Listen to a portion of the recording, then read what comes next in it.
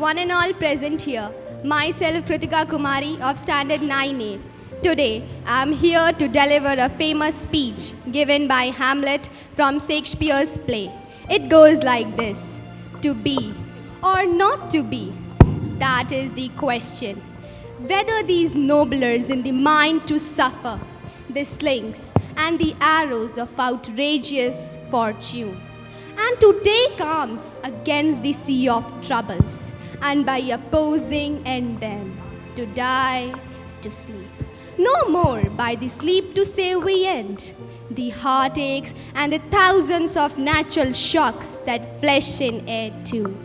This, a consummation, devotedly to be wished, to die, to sleep. To sleep, perchance the dream. Hey, there's the rub. For in that sleep of death, what dreams may come, when we have shuffled off this mortal coil, must give us a pause. The opposer's wrong, proud man contumely, devotedly to be wished. Thank you. Good morning to one and all present here. I am Devanshu of Standard 9A. Today I am going to deliver a speech from Macbeth, spoken by Macbeth and written by William Shakespeare. Here it's how it goes. Is this a dagger which I see before me, the handle toward my hand? Come, let me clutch thee. Help thee not, and yet I see thee still. Art thou not fatal vision, sensible to feeling as to sight? Or art thou but a dagger of the mind, a false creation proceeding from the heat of oppressed brain? I see thee yet. It form as palpable as to which now I draw. Thou marked me in the way I was going as such a weapon I was to use.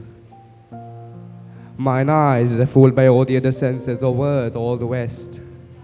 Is this a dagger which I see before me, the handle toward my hand? Come, let me clutch thee. I have thee not, and yet I see thee still. Art thou not fatal vision, sensible feeling as to sight? Or art thou but a dagger of the mind, a false creation proceeding from the heat of oppressed brain? I see thee yet. It form as palpable as to which now I draw. Thou marked me the way I was going, such a weapon I was to use. Mine eyes that are fooled by all the other senses, over all the west. I see thee still. And on thy blade and dungeon gouts of blood, which was not so before. There is no such thing. It is the bloody business which informed thus to mine eyes. Now, oh, the one half world of nature seems dead, and the wicked dreams abuse the curtained sleep. Witchcraft celebrates pale Hecte's offerings, and withered murder, alarmed by his sentinel, the wolf, whose howls is watched by his stealthy pace, with tranquil ravishing strides moves his design like a ghost. Thou sure firm sitteth, hear not my steps which way they walk for fear. Thy very stones sprayed off my whereabout, and take the present horror from the time which now suits with it. While I threat, he live. Words to the heat of deeds too cold breath gives. I go, and it is done. The bell invites me.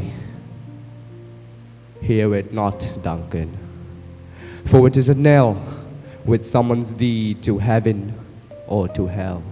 Thank you. Good morning to one and all present over here. I am Prachi Shri, standing before you all to present a speech given by a strong, bold woman named Portia.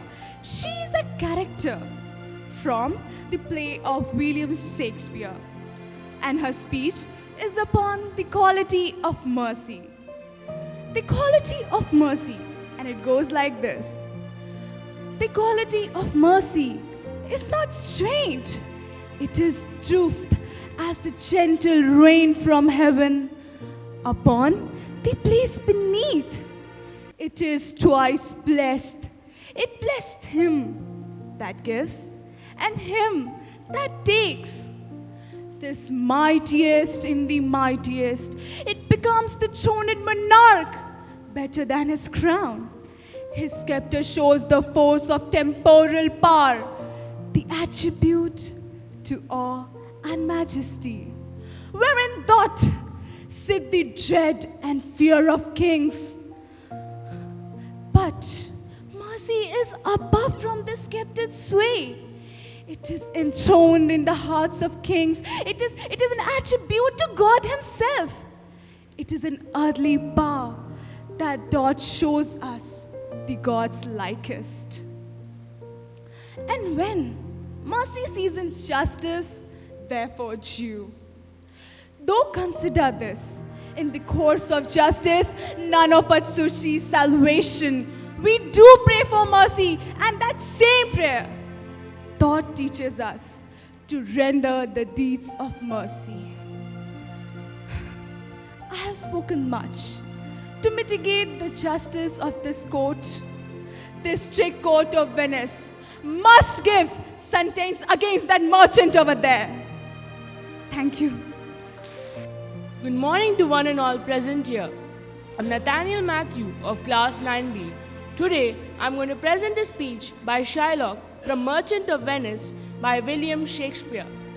To bait a fish, if it'll feed nothing else, it'll feed my revenge. He had disgraced me, hindered me 500,000, laughed at my losses, mocked at my gains, scorned my nation, thwarted my bargains, cooled my friends, heated my enemies. And what's his reason?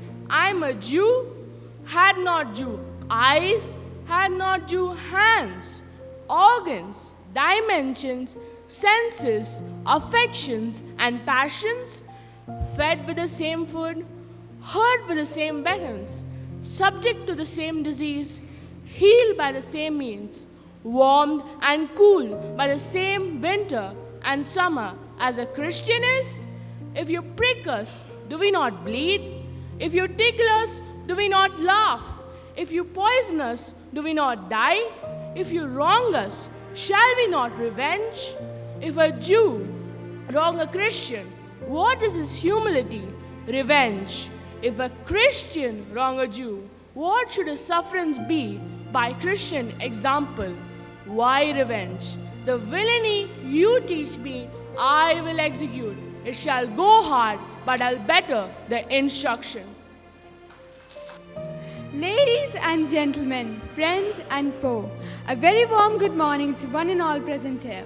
Today, I, Divya Arya of Standard 9C, am here to deliver a speech spoken by Marcellus from the excerpt of Julius Caesar, written by William Shakespeare.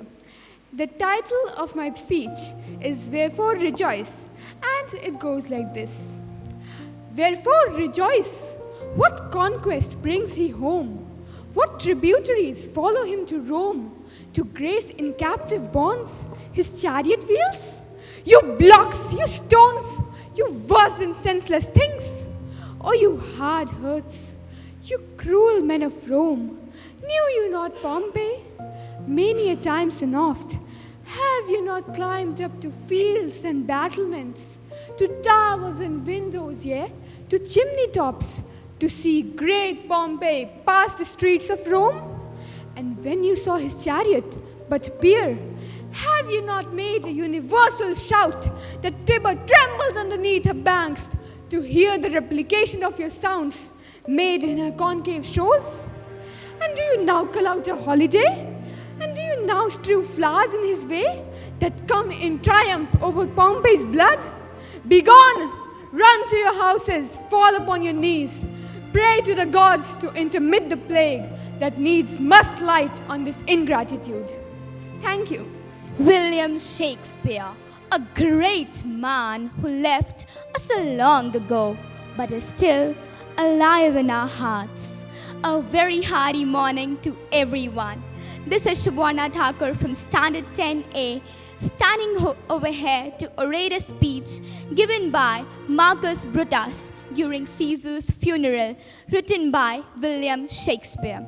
And the speech goes like this. Romans, countrymen and lovers, hear me for my cause, and be silent for what you may hear. Believe me for mine honor, and have respect to mine honor, that you may believe. Censure me in your wisdom and awake your senses, that you may the better judge. If there be any in this assembly, any dear friend of Caesar, to him I say that Brutus' love for Caesar was no less than him. But if then that friend demands why Brutus rose against Caesar, this is my answer. Not that I loved Caesar less, but that I loved Rome more. Had you rather Caesar been alive and die all slaves, than that Caesar were living too, to live all free men? As Caesar loved me, I weep for him. As he was fortunate, I rejoice at it. As he was valiant, I honor him. But as he was ambitious, I slew him. There is tears for his love, joy for his fortune, honor for his valor, but death for his ambition. Who is here so base that would be a bondman? If any speak for him, have I offended? Who is here so rude that would not be a Roman? If any speak for him, have I offended? Who is here so wild that would not love his country? If any speak for him, have I offended? I pause for a reply. Then there's none have I offended. You have done no more to Caesar than you shall do to Brutus. The question of his death is enrolled in the Capitol. His glory not extenuated when he was worthy of it, nor his offenses enforced for which he suffered death. And here comes his body, mourned by Mark Antony, who though he had no hand in his death, but shall receive the benefit of his dying, a part in the commonwealth. With this I depart, as I slew my best lover for the good of Rome. I have the same dagger for myself, when it shall please my country to need my death. Thank you. A very warm and pleasant good morning to one and all present here. I'm Ivana Pradeep Samuel from class 10B, and I'm here to deliver the speech of Antony from the play Julius Caesar, Act 3, Scene 2. Friends, Romans, countrymen, lend me your ears. I come to bury Caesar, not to praise him. The evil that men do lives after them. The good is often interred with their bones. So let it be with Caesar. The noble Brutus had told you Caesar was ambitious. If it were so, it was a grievous fault, and grievously had Caesar answered it. Here, under the leave of Brutus and the rest, for Brutus is an honorable man, so are they all honorable men, come I to speak on Caesar's funeral. He was my friend, faithful and just to me. Yet Brutus says Caesar was ambitious, and sure, Brutus is an honorable man. He had brought many captives home to Rome, whose ransoms did the general coffers fill. Did this in Caesar seem ambitious? When that the poor have cried, Caesar wept. Ambition should be made of sterner stuff. Yet Brutus says Caesar was ambitious, and sure, Brutus is an honorable man. You all did see him in that Lupercal. I thrice presented him a kingly crown, which he did thrice refuse. Was this ambition? I speak not to disapprove what Brutus spoke, but here I am to speak what I do know. You all did love him once, not without cause. What cause withholds you then to mourn for him? O judgment, thou art fled to brutish beasts, and men have lost their reason. Bear with me. My heart is there in the coffin with Caesar, and I must pause till it come back to me. Thank you. What a wonderful day it is. A very warm good morning to one and all present here. Myself Anshul from Standard 10B, standing here to deliver a speech of Antony from the play Julius Caesar, written by William Shakespeare, in which Antony says, "Stay, countrymen, good friends, sweet friends, let me not stir you up to such a sudden flood of mutiny. They that have done this deed are honorable. What private griefs they have, alas, I know not, that made them do it. They are wise and honorable, and will, no doubt, with the reasons answer you. I come not, friends, to steal away your hearts. I'm no orator as Brutus is, but as you know me all, a plain, blunt man that love my friend, and that they know full well that gave me a public leave to speak of him. For I have neither wit, nor words, nor worth, action, nor utterance, nor the power of speech to stir men's blood. I only speak right on. I tell you which you yourself do know. Show you sweet Caesar's wound, poor, poor dumb mouths, and bid them speak for me. But were I Brutus, and Brutus Antony, there when Antony would ruffle up your spirits and put her tongue in every wound of Caesar that should move the stones of Rome to rise and mutiny. Yet hear me, countrymen, yet hear me speak. Why, friends, you go to do you know not what. Wherein has Caesar does deserve your loves? Alas, you know not. I must tell you then, you forgot the will I told you of. And here is the will. And under Caesar's seal, to every Roman citizen he gives, to every several men, 75 drachmas. Hear me with patience. Now let it work. Mischiefs to art of food, take though what kills the wilt. Thank you. He conquers twice. He conquers twice who shows mercy to the conquered. Good morning to one and all present here. I, Singh of Standard 10C, is here to deliver a speech of Mark Antony from Julius Caesar, Scene 3, Act 2. He begins his impactful oration as follows. Friends, Roman countrymen, lend me your ears. I come to bury Caesar, not to praise him. The evil that men do lives off to them. So let it be with Caesar.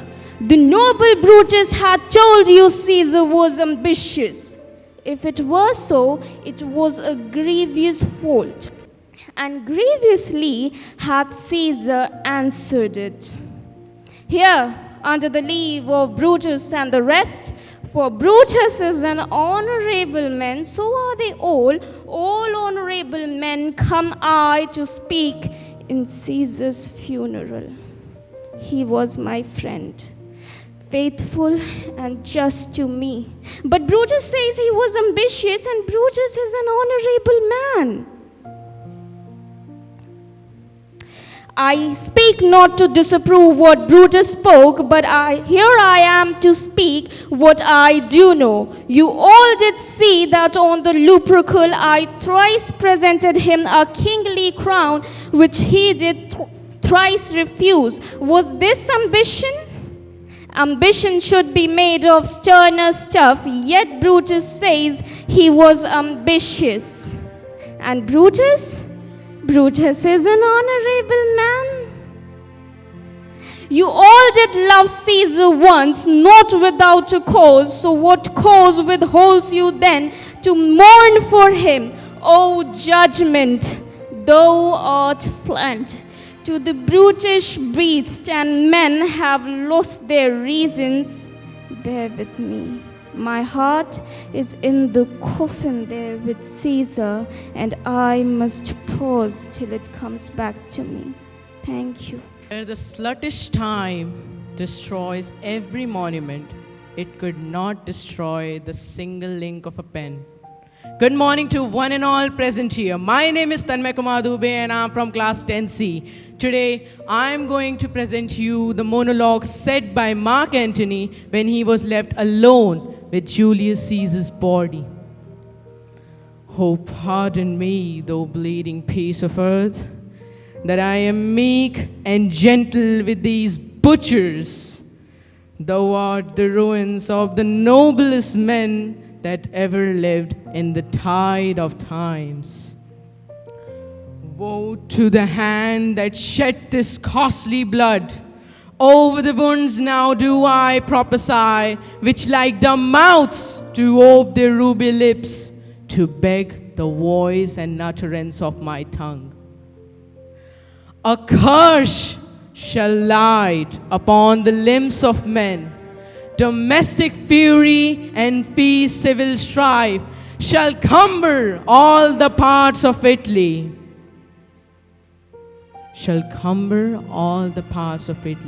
And blood and destruction shall so be in use, and dreadful objects so familiar that mothers shall but smile when they behold their infant quartered with the hands of war.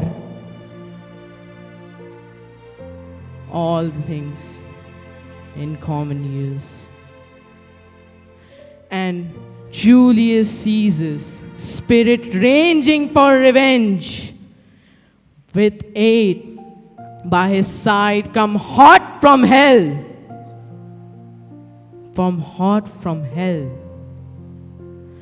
With this indeed. Thank you. Good morning to one and all present here. I am Rehan Khan of Standard 9C, and today I am here to deliver a speech once said by Romeo in the play of William Shakespeare, and it goes like this. This torture and not mercy, heaven is here, where Juliet lives, and every cat and dog, and every unworthy things lives here in heaven, and may look on her, but Romeo may not.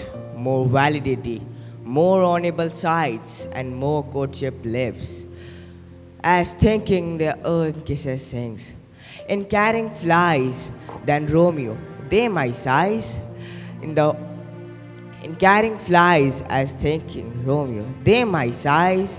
In the earth is of rose. Good morning to one and all present here. My name is Shweta Kumar. I am going to deliver the speech of Mark Antony, which goes like this. But yesterday the word of Brutus might have stood against the world, now lies it there, and none so poor to do him reverence. Oh, masters, if I were disposed to stir your hearts and minds to mutiny and rage,